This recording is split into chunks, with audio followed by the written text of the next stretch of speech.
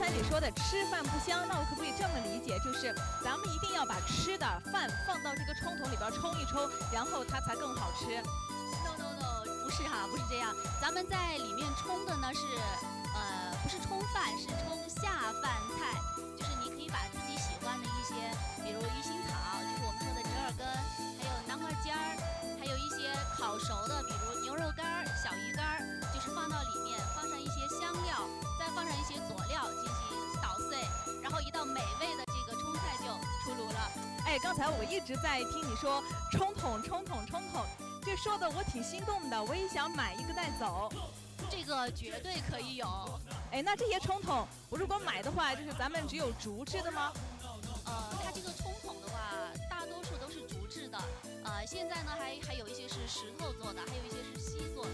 哎，行行，不管是什么哈，咱们直播一结束，我就一样买一个都带走。那这个说到吃哈，咱们的老抗寨的村民呢，也给我们准备了一个惊喜。好，让我们拭目以待，是什么惊喜？